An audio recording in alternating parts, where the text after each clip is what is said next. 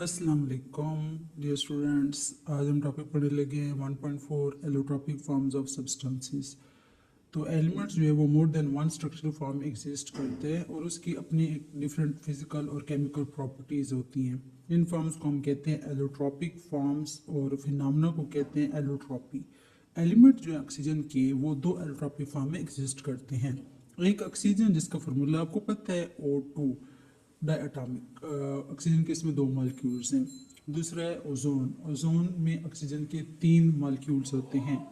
अब second paragraph है, second paragraph में है इसी तरह से जो कार्बन है वो थ्री मेन एलोट्रॉपिक फॉर्म में एग्जिस्ट करती है, डायमंड, ग्रेफाइट और बकमिस्टर फ्लोरेंस। डायमंड एक जेंट मैक्रो मॉलिक्यूल है। जेंट वर्ड हम यूज़ करते हैं बड़े के लिए, मैक्रो वर्ड हम बड़े के लिए यूज़ करते हैं, माइक्रो छोटे के लिए यूज़ करते हैं। इसका स्ट्रक्चर होता है, लेकिन जो ग्रेफाइट है वो लेयर्ड फॉर्म में होती है, लेयर्ड फॉर्म में होती है और इसका स्ट्रक्चर हेक्सागोनल रिंग्स बनाता है। लेयर्ड मतलब कि यूं तह की फॉर्म में होती है। फिर उसके बाद क्या कह रहे हैं कि जो ग्रेफाइट है एक तो लेयर्ड स्ट्रक्चर है इसका और हेक्सागोनल रिंग्स होती हैं। हेक्सा मीन सिक्स होते हैं, सिक्स रिंग्स होती है इसमें कार्बन की। बैकमिस्टर फ्लोरेंस का फार्मूला C60 है। इसमें सफ़ेयर एटम से मिलकर बने होते हैं जो कि पेंटागन और हेक्सागन की फॉर्म में अरेंज होते हैं। पेंटा वर्ड का मतलब होता है फाइव, मतलब 5 और 6 की फॉर्म में रिंग्स वगैरह बनाएंगे, उस फॉर्म में अरेंज होते हैं। फिर ये सॉल्युबल है ऑर्गेनिक सॉल्वेंट्स में। जो फ्लोरेंस स्ट्रक्चर है वो यूनिक है, फ्लोरेंस का स्ट्रक्चर यूनिक है और इसमें जो मॉलिक्यूल्स हैं वो चार्ज नहीं होते और ना इनमें कोई बाउंड्रीज होती हैं और इसमें कोई अनपेयर्ड इलेक्ट्रॉन्स नहीं होते।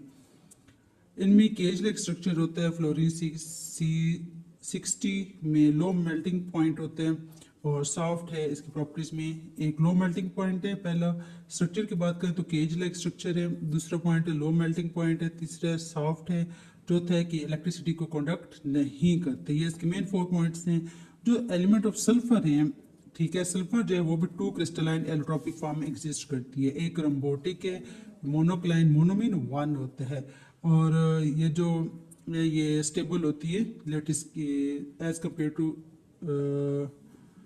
बाकी जो इसके सल्फर के एलोट्रॉपिक फॉर्म होती हैं उसकी कंपेयर में ये स्टेबल होती है। आपने यहाँ पे देखा एलोट्रॉपिक फॉर्म की जो डिफरेंट एग्जांपल्स थी। पहले आपने एलोट्रॉपिक की डेफिनेशन देखी कि एलिमेंट्स जो हैं वो एक से ज़्यादा स्ट्रक्चर फॉर्म एग्जिस्ट करते हैं और उनकी डिफरेंट फिजिकल और केमिकल प्रॉपर्टीज होती हैं।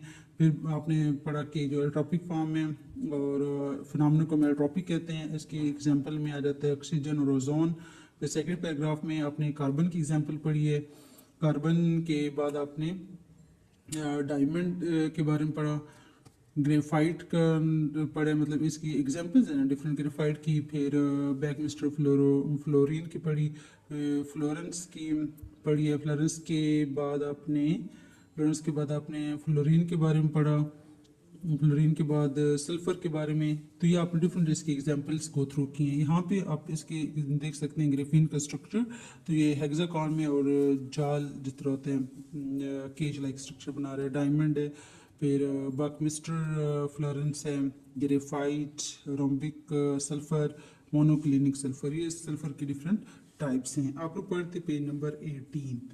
अभी हम पढ़ने लगे पेज नंबर 8 पढ़े थे, अभी हम पढ़ने लगे पेज नंबर 9। पेज नंबर 9 में क्या है, तो पेज नंबर 9 में डिफरेंस है एलिमेंट्स, कंपाउंड्स और मिक्सचर्स का।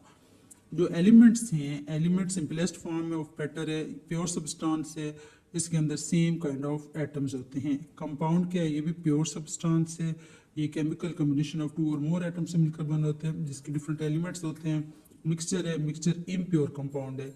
जो एलिमेंट है और कंपाउंड ये दोनों प्योर हैं, लेकिन जो मिक्सचर है वो इम्प्योर कंपाउंड है। जो सैंपल होते हैं मैटर के उसमें वन टाइप ऑफ एलिमेंट्स और कंपाउंड्स होते हैं जो कि दूसरे के साथ मिक्स करते हैं तो उसको हम मिक्सचर का नाम देते हैं।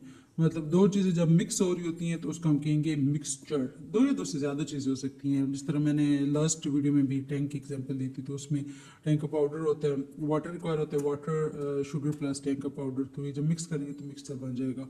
फिर सेकेंड प्रॉपर्टी है कि इसको जो एलिमेंट्स है इसको हम ब्रेक नहीं कर सकते सिंपलेस्ट पार्टिकल में ऑर्डिनरी केमिकल रिएक्शन के थ्रू। ऑर्डिनरी मतलब नॉर्मल, कॉमन, फिर जो कंपाउंड हैं इसके जो एटम्स ऑफ एलिमेंट्स होते हैं वो कंबाइन करते हैं फिक्स्ड रेशो के साथ, और एक उनका वेट हम देखते थे कि इसका कितना वेट होगा। फॉर एग्जांपल जो वाटर है H2O, इसमें हाइड्रोजन के 2 मॉलिक्यूल और ऑक्सीजन के एक होते हैं, वो फिक्स रेशो में 1:8 के बाई वेट।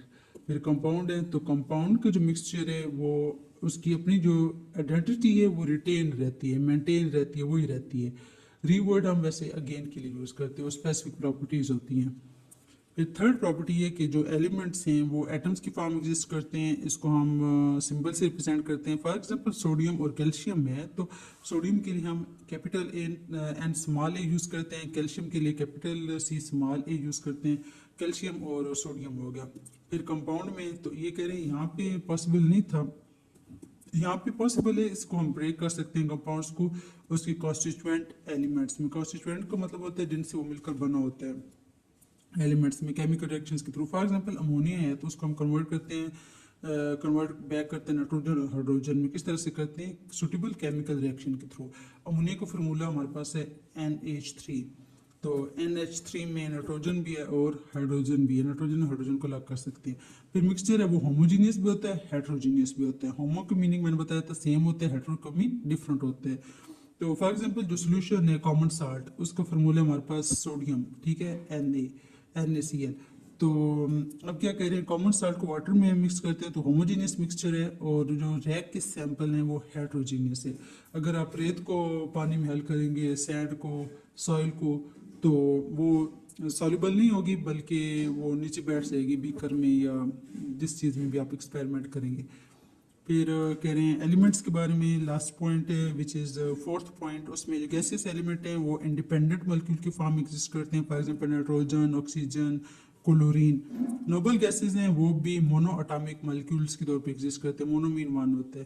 फिर जो प्रॉपर्टीज है कंपाउंड की वो हमेशा डिफरेंट होती हैं एलिमेंट्स से जिसमें मिलकर बना होता है। फॉर एग्जांपल जो वाटर की प्रॉपर्टीज हैं वो डिफरेंट होंगी from those of hydrogen and oxygen. मतलब हाइड्रोजन ऑक्सीजन जब मिल रहे हैं तो वाटर बन रहा है, ऑब्वियसली वाटर का फॉर्मूला H2O है।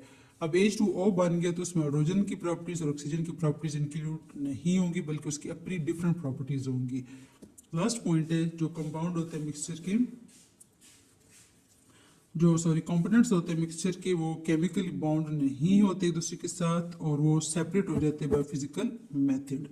ठीक है, ये कंपोनेंट्स जो मिक्सचर के होते हैं वो केमिकली बॉन्ड नहीं होते और उसको हम सेपरेट मीन अलग, हम अलग कर सकते हैं फिजिकल मेथड के थ्रू। आप डिटेल में इसी बुक में पढ़ लेंगे या अगली जो हायर क्लासेस हैं like 10th first year second year, तो उसकी केमिस्ट्री में आप पढ़ लेंगे कि किन मेथड्स के थ्रू हम इनको सेपरेट कर रहे होते हैं कॉन्स्टिट्यूएंट्स को। तो आप लोगों ने आज कवर किए हैं पेज नंबर 8 और पेज नंबर 9। तो let's move toward page number 10। तो पेज नंबर 10 में क्या क्या है? पेज नंबर 10 में है फॉर एग्जांपल एग्जांपल्स हैं हीलियम और आर्गन, और कंपाउंड के एग्जांपल में है in the form of HCl, hydrochloric acid भी इसको कहते हैं, हाइड्रोजन क्लोराइड भी है, ammonia NH3, water H2O। Compound network of arrangement of atom पे भी एग्जिस्ट करते हैं। फॉर एग्जांपल आयनिक कंपाउंड में सोडियम और क्लोरीन मिल रहे हैं। कोवेलेंट कंपाउंड के एग्जांपल में है सैंड, जिसका फार्मूला सिलिकॉन ऑक्साइड है, सैंड Si फॉर सिलिकॉन और फॉर ऑक्साइड।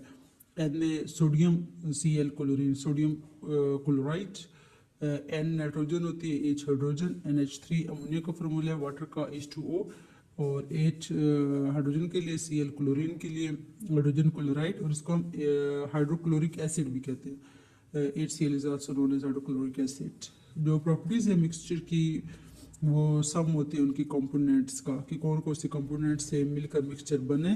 तो जो मिक्सचर की प्रॉपर्टीज होंगी उन्हीं कंपोनेंट्स की प्रॉपर्टीज होंगी। Solution, colloidal solution and suspension topic है हमारा 1.6, पेज नंबर 10 आप लोग पढ़ रहे हैं।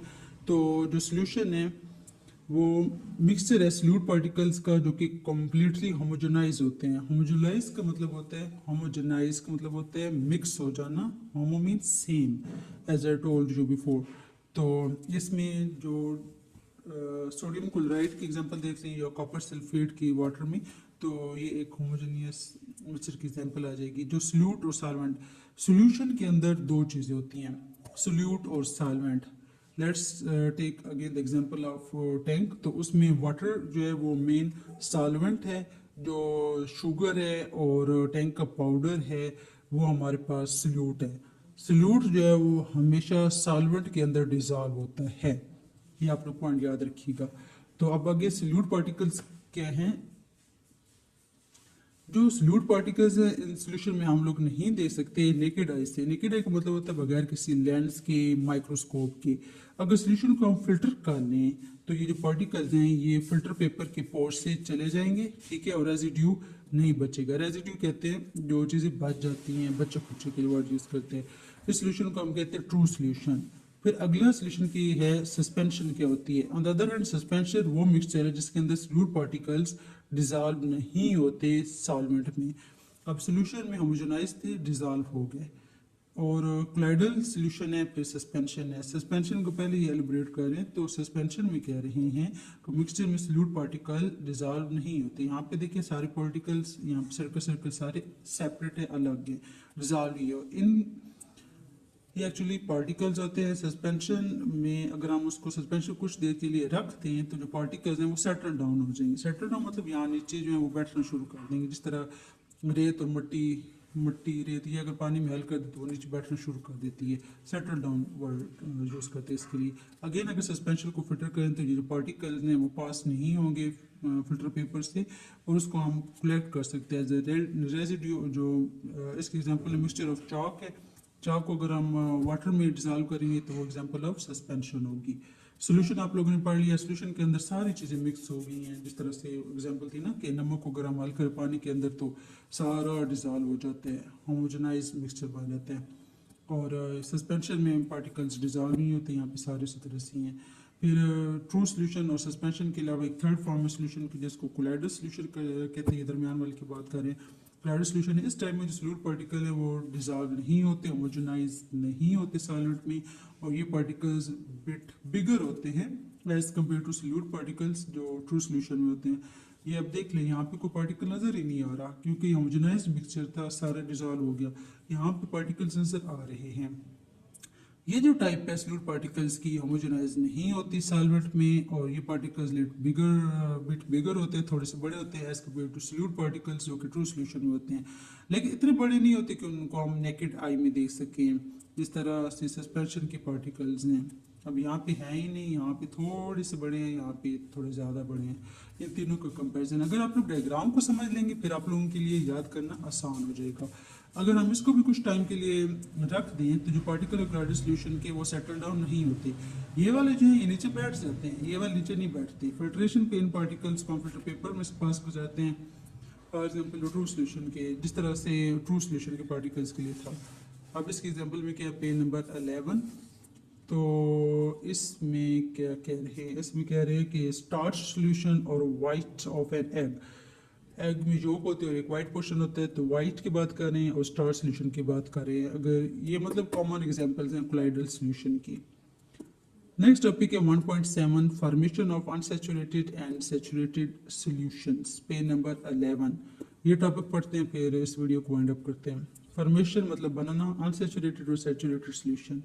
अच्छा, अब इसमें डायरेक्ट यहाँ पे एक प्रैक्टिकल दे दी है कि आपने 100 ग्राम ऑफ वाटर लेने बीकर में, ठीक है, उसमें 5 gram, g is the unit of mass gram, 5 gram आपने टेबल शुगर लेनी है, ठीक है, और उसको स्टायर करना है। स्टायर मतलब कि उसको हिलाना है। जिस तरह से हम अगर कोई चीज़ फॉर एग्जांपल दूध में अगर हम कोई चॉकलेट शेक या कुछ भी मिक्स करना हो तो वो ऐड करके उसके बाद उसको स्टायर करते हैं, मिलाते हैं विद हेल्प ऑफ स्पून, तो स्टायर करना उसे कहते हैं। और जो शुगर है वो डिजॉल्व हो जाएगी वाटर में। फिर हम ऐड करेंगे 5 ग्राम ऑफ शुगर और स्टायर करेंगे, मतलब पहले 5 ग्राम ऐड किए, फिर 5 ग्राम ऐड किया, उसको स्टायर किया, ये डिजॉल्व हो जाएगी। इसको हम कहेंगे अनसैचुरेटेड सोल्यूशन। जो सोल्यूशन डिजॉल्व हो जाता है, ज़्यादा से ज़्यादा अमाउंट सोल्यूट की डिजॉल्व कर लेते हैं at particular temperature, particular mean मखसूस खास, उसको हम अनसैचुरेटेड सोल्यूशन कहते हैं।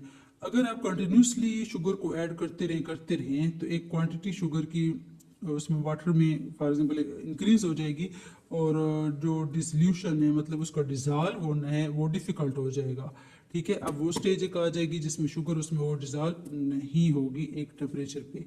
फिर अगर हम शुगर ऐड करेंगे स्टेज पे तो वो सेटल डाउन होना शुरू हो जाएगी बॉटम ऑफ बीकर में, थिक सा सोल्यूशन बनना शुरू हो जाएगा। इस सोल्यूशन को कहेंगे saturated solution at a particular temperature. इस पैराग्राफ के अंदर पर्टिकुलर 2 दफा वर्ड यूज हुआ है। सेकंड पैराग्राफ है, इसमें कह रहे हैं वो सोल्यूशन जिसमें maximum amount of solute particular amount of solvent में डिसॉल्व हो जाती है एट अ पर्टिकुलर टेम्परेचर, उसको हम सैचुरेटेड सोल्यूशन कहते हैं। ओके, अनसैचुरेटेड सोल्यूशन में यह था कि एक पर्टिकुलर टेम्परेचर के बाद वो डिजॉल्व होना खत्म हो जाती है, सेटल डाउन होना शुरू हो जाती है, एज मतलब उसे डिजॉल्व होना चाहिए लेकिन डिजॉल्व नहीं होती, थिक सा सोल्यूशन बन जाता है। सैचुरेटेड सोल्यूशन के अंदर अमाउंट डिजॉल्व होती रहती है। डिफरेंट सोल्यूट की डिफरेंट सॉल्युबिलिटीज होती हैं। सॉल्युबल का मतलब होता है हल होना। डिफरेंट सोल्यूट्स की डिफरेंट सॉल्युबिलिटीज होती हैं पर्टिकुलर सॉल्वेंट में। फॉर एग्जांपल जो सोल्यूशन है टेबल शुगर का, ठीक है, और सोडियम क्लोराइड का, वो उसको प्रिपेयर करने अगर 36 ग्राम सोल्यूशन मतलब अगर सोडियम क्लोराइड कितनी है 36 ग्राम सोडियम क्लोराइड है NaCl, उसको हम डिजॉल्व करेंगे 100 ग्राम ऑफ वाटर, वाटर मतलब H2O, 20 डिग्री टेम्परेचर है तो सैचुरेटेड सोल्यूशन बन जाएगा। अब 203.9 ग्राम अगर टेबल शुगर के हम डिजॉल्व करें 20 टेम्परेचर पे तो ये सैचुरेटेड सोल्यूशन बनेगा। अदर वर्ड्स जो सॉल्युबिलिटी होती है टेबल शुगर की वाटर में वो ग्रेटर होती है as compare to sodium chloride. Temperature कितना 20 डिग्री, 20 डिग्री टेम्परेचर पे ही सारे प्रोसेस हो रहे हैं। यहाँ पे भी 20 डिग्री आया, इधर भी और इधर भी यूज हुआ है। ये क्यों है? ये फैक्ट है कि शुगर मॉलिक्यूल्स हैं वो लार्जर होते हैं as compare to salt ions. So जो वाटर मॉलिक्यूल हैं वो सराउंड कर देते हैं सिंगल शुगर मॉलिक्यूल को, इसकी वजह से वो डिजॉल्व हो जाती है। तो आप लोगों ने आज 1.7 टॉपिक पढ़ा है, formation of unsaturated and saturated solution, page number 11। Page number 10 आप लोगों ने पढ़ा, उस पर टॉपिक था 1.6 सॉल्यूशन, कोलाइडल सॉल्यूशन, सस्पेंशन। इसके साथ page number 9 difference between element compound and mixture, और आप लोगों ने 1.4 कवर की है और टॉपिक था एलोट्रॉपिक फॉर्म्स ऑफ सब्सटेंसेस। आज आप लोगों ने पेज नंबर 8, 9, 10, 11 तक कवर किए। मिलते हैं अगली वीडियो में, तब तक के लिए अल्लाह हाफिज़।